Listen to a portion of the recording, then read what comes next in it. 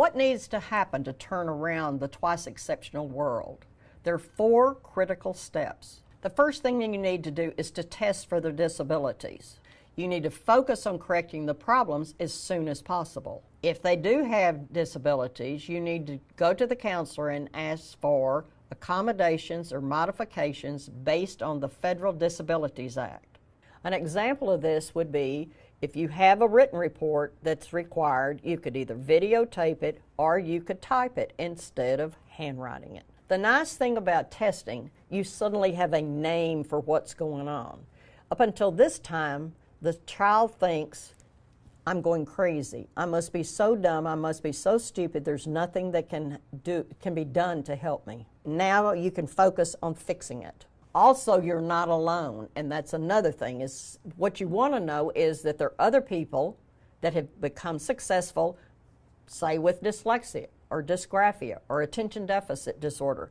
You need to be thinking about the fact that there are a lot of other people that have become successful. Once you have a diagnosis, you want to find somebody on the campus that can help you with things like roadblocks. If you run into a problem with a teacher, this counselor might be able to be an advocate for you. Another thing that might be helpful for you is that once you find out what your disability is, you go to the library and you find biographies that might be associated with you, like Einstein. He didn't talk until he was 4.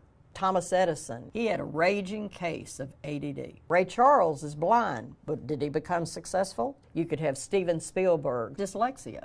There's a lot of people with disabilities, and you need to find out what it is that they did specifically to make it possible for them to be successful in life. Number 2, you need to find an academic coach, a person that really understands the gifted. This person needs to know what their social and emotional life's like.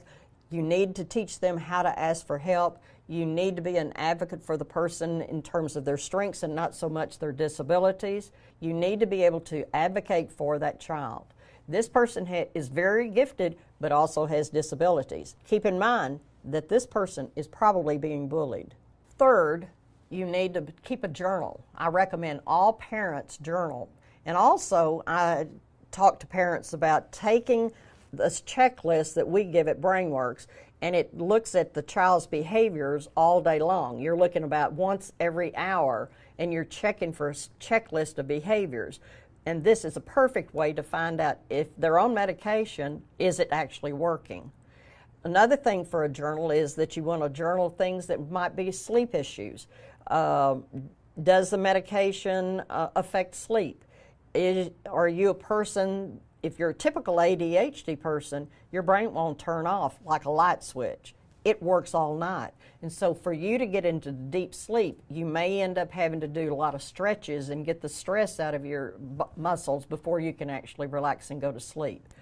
Journaling can also be valuable if you have certain food allergies. For instance, in my son's case, guess what? He was allergic to baked potato. What do you think my favorite thing was to fix for a meal? It would be baked potato. No wonder he slept through homework. And fourth, you want to find a facility that knows how to fill in the gaps for this twice exceptional population. They think faster than anybody in school, but you need to know how to tap into their problem areas. You've got to deal with their giftedness, deal with their disabilities. You use your strengths to bring up their disabilities. You have to think out of the box and be very creative. If you just do rote drill, you're going to lose them every time.